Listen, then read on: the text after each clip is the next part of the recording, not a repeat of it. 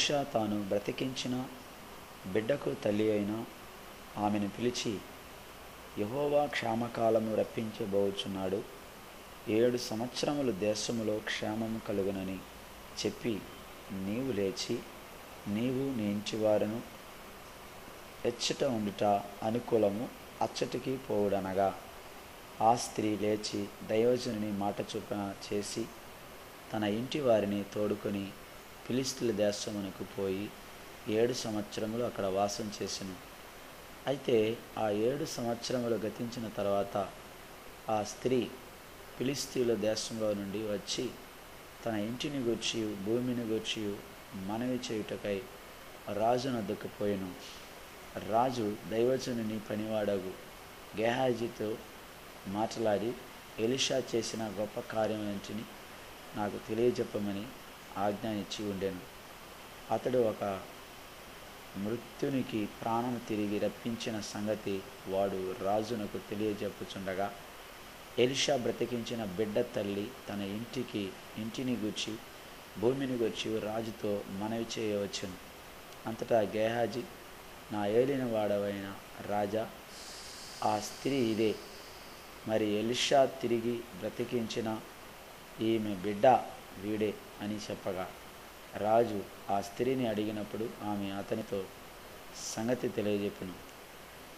కాబట్టి రాజు ఆమె పక్షముగా ఒక అధిపతిని నియమించి ఆమె సొత్తు యావత్తును, ఆమె దేశం విడిచినప్పటి నుండి నేటి వరకు భూమి ఫలించిన పంట యావత్తును ఆమెకి మరలా ఇమ్మని సెలవిచ్చాను. ఎలీషా దమస్కునికి వచ్చెను.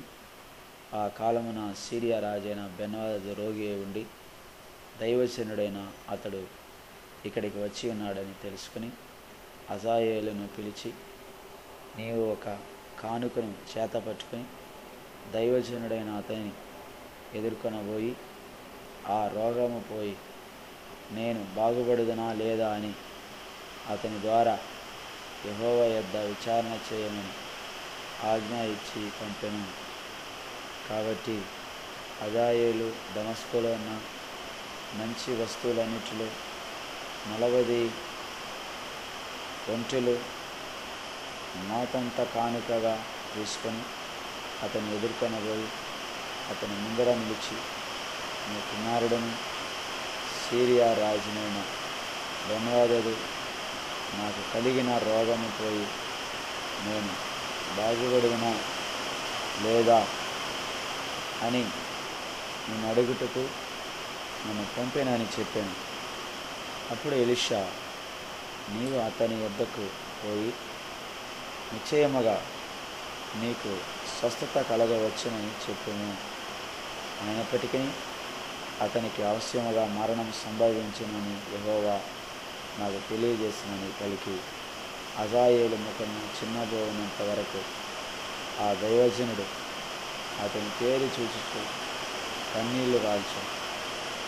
హజాయేలు, నా ఏలినవాడవైన నీవు కన్నీళ్లు రాల్చదవేమని అతను అడగగా, ఎలీషా ఇలాగ ప్రత్యుత్తరం ఇచ్చాను, ఇశ్రాయేలు వారి గట్టి స్థలములను నీవు కాల్చివేయుదువు, వారి యవనస్తులను కత్తి చేత హతముచేదు, వారి పిల్లలను నేలకు వేసి కొట్టి చంపదు, వారి గర్భిణి కడుపులను చింపివేయుదుగా గనుక నీవు వారికి చేయబో కీడును నేను ఎరిగుండుట చేత కన్నీళ్లు రాల్చుచున్నాను.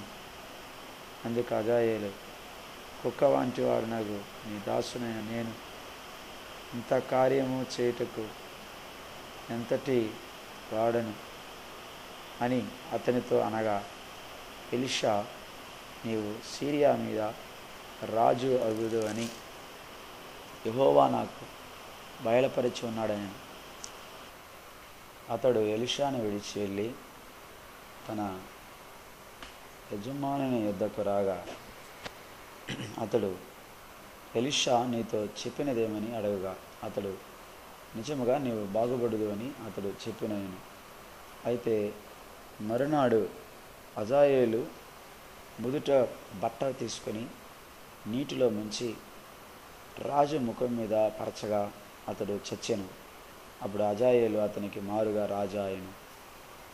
అహాబు కుమారుడు ఇజ్రాయేలు వారికి రాజునైన యెహోరాము ఏలుబడిలో 5వ సంవత్సరం ఉంది. యెహోషాపాతు యూదా రాజై ఉండగా యూదా రాజైన యెహోషాపాతు కుమారుడైన యెహోరాము ఏలనారంభించింది. అతడు ఏలనారంభించినప్పుడు 32 ఏండ్ల వాడై ఉండి యెరూషలేమందు 8 సంవత్సరములు ఏలెను. ఇతడు అహాబు కుమార్తెను పెండ్లి చేసుకొని ఉండెను గనుక అహాబు కుటుంబీకుల వలనే ఇతడును ఇజ్రాయేల్ రాజులు ప్రవర్తించినట్లు ప్రవర్తించుచు యెహోవాకు దృష్టికి చెడుతనం జరిగించెను. అయినను యెహోవా సదాకాలం తన సేవకుడగు దావీదునకు అతని కుమారులకును దీపము నిలిచెదనని మాట ఇచ్చి ఉండెను గనుక అతని జ్ఞాపకం చేత యూదాను నశింపజేయుటకు ఆయనకు మనస్సు లేకపోయాను. ఇతని దినములలో ఏదోమ్యులు యూదా రాజునకు ఇక లోబడట మాని అతని మీద తిరుగుబాటు చేసి తమ మీద ఒకని రాజుగా నియమించుకొనినందున యెహోరాము తన రథములన్నిటిని తీసుకొని పోయి జాయితు అను స్థలమునకు వచ్చి రాత్రివేళ లేచి తన చుట్టూ ఉన్న ఏదోమ్యులను రథముల మీది అధిపతులను హతము చేయగా జనులు తమ తమ గుడారములకు పారిపోయారు. అయితే నేటి వరకు ఏదోమ్యులు తిరుగుబాటు చేసి యూదా వారికి లోబడకయే ఉన్నారు. మరియు ఆ సమయమందు లిబ్నా పట్టణమునకు తిరగబడెను. యెహోరాము చేసిన ఇతర కార్యమును గూర్చి అతడు చేసిన దాని అంతటిని గూర్చి యూదా రాజుల వృత్తాంతముల గ్రంథమందు రాయబడి ఉన్నది. యెహోరాము తన పితరులతో కూడా నిద్రించి తన పితరుల సమాధిలో దావీదుపురమందు పాతిపెట్టబడెను. అతని కుమారుడైన అహజ్యా అతనికి మారుగా రాజా అయెను. అహాబు కుమారుడును ఇజ్రాయేలు రాజునైన యెహోరాము ఏలుబడిలో 12వ సంవత్సరమందు యూదా రాజైన యెహోరాము కుమారుడైన అహజ్యా ఏలనారంభించింది. అహజ్యా ఏలనారంభించినప్పుడు 22 ఏండ్ల వాడై ఉండి యెరూషలేములో 1 సంవత్సరం ఏలెను. అతని తల్లి పేరు అతల్యా.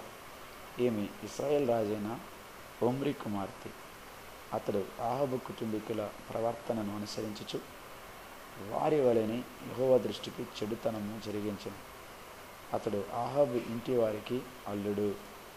అతడు అహాబు కుమారుడైన యెహోరాముతో కూడా రామోత్గిలాదునందు సిరియా రాజైన హజాయేలుతో యుద్ధము చేయ బయలుదేరగా సిరియనుల యెహోరాము గాయపరిచి రాజైన యెహోరాము సిరియా రాజైన హజాయేలుతో రామాలో యుద్ధం చేసినప్పుడు సిరియల వలన తాను పొందిన గాయములను బాగు చేసుకున్నట్టుకై ఇజ్రాయేలు ఊరికి తిరిగి రాగా యూదా రాజైన యెహోరాము కుమారుడైన అహజ్యా అహాబు కుమారుడైన యెహోరాము రోగి ఆయనని తెలుసుకొని అతని దర్శించుటకై ఇజ్రాయేలు ఊరికి వచ్చెను.